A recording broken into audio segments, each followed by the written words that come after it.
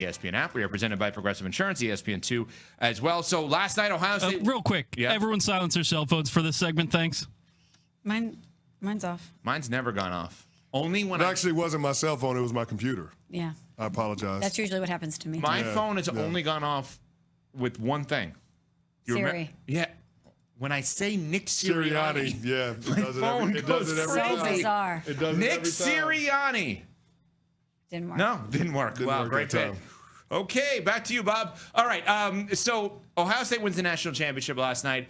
Awesome performance, up 31-7. Yes, Notre Dame came back, right? Notre Dame came back in the game. Ohio State held them off on a 3rd and 11, an unbelievable pass play to Jeremiah Smith, who would probably be the number 1 pick in the draft this year, potentially, but he's 19 years old and he's a freshman.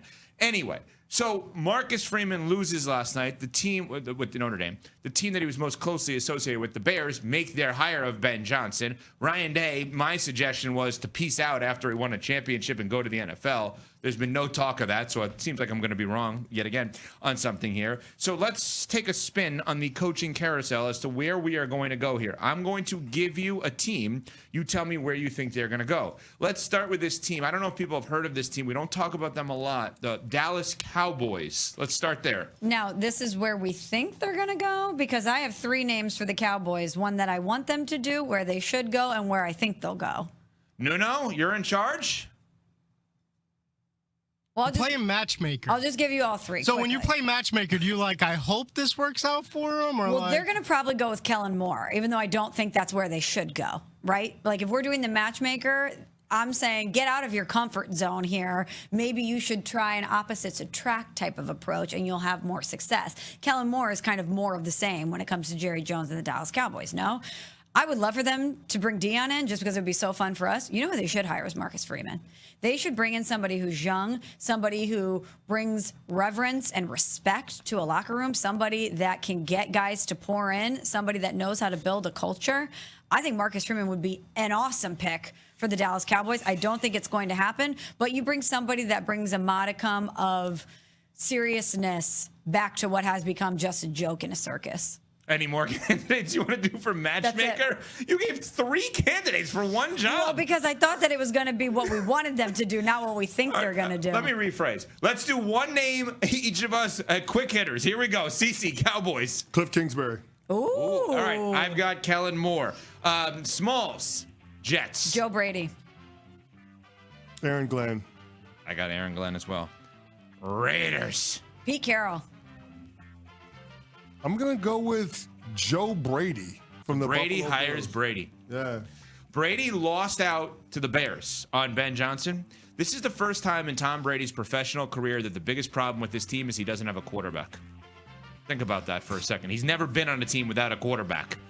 They don't have a quarterback. Somebody else chooses them. Yeah, how are you feeling today that somebody spurned your boy? Guess Brady can't win without Belichick, except when he won without Belichick. I'm going to go Brian Flores for the Raiders. I can't find a job for him other than that, and I want him to be a head coach, and obviously the familiarity with Brady. All right, matchmaker, Saints.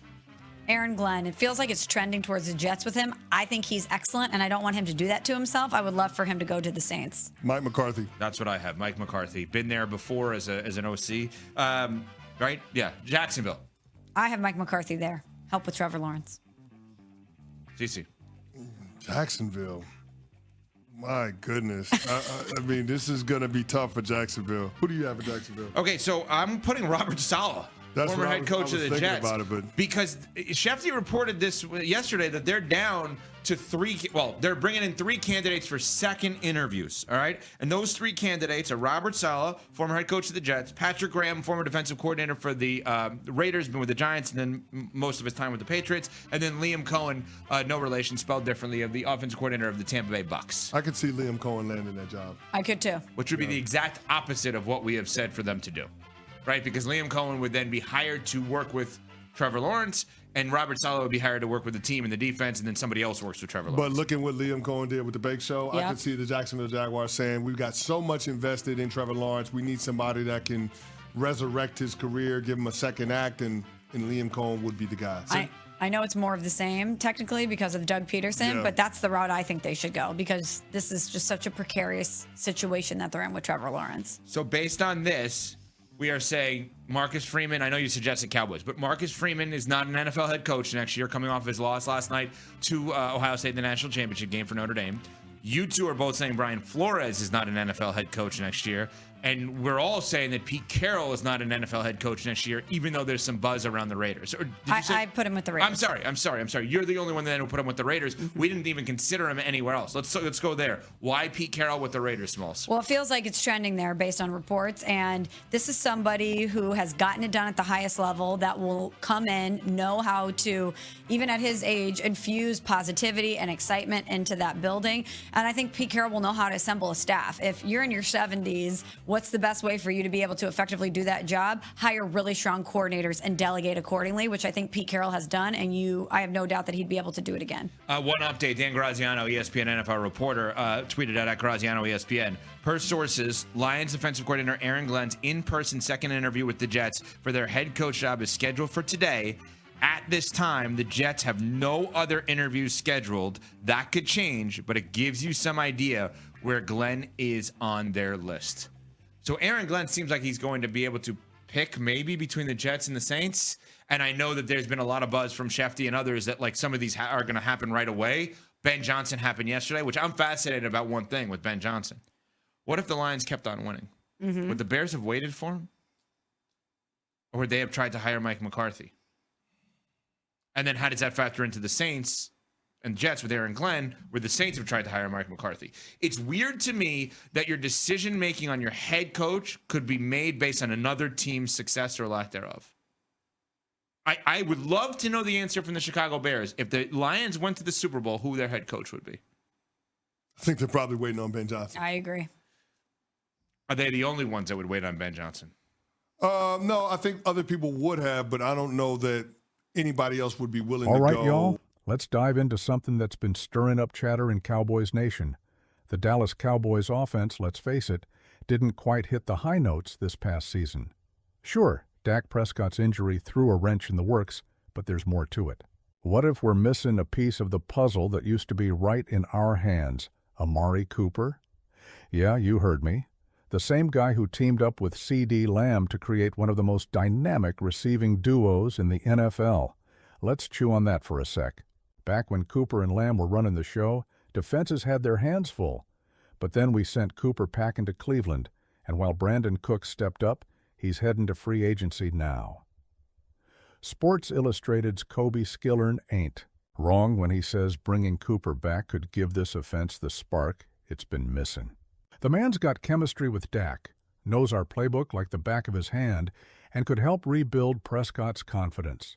Even if Cooper's not quite the Pro Bowler he once was, he's still got more deep threat juice than most. Now, I know some folks might point to Cooper's recent numbers with Buffalo, a modest 547 yards and 4 touchdowns, and think he's on the decline.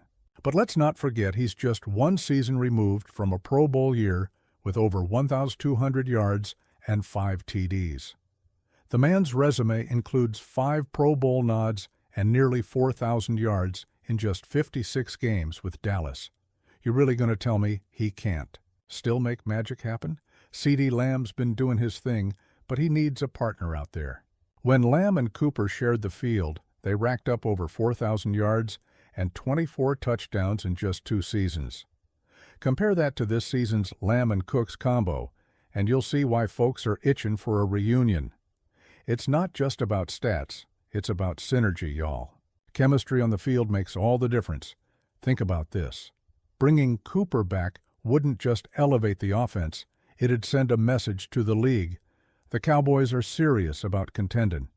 And for all you skeptics out there wondering, if he's worth it, ask yourself this.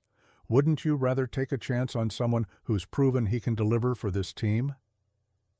Here's the bottom line. The Dallas Cowboys need to decide if they're ready to reignite the flame that was once one of the most dangerous receiver duos in the NFL. Cooper's not just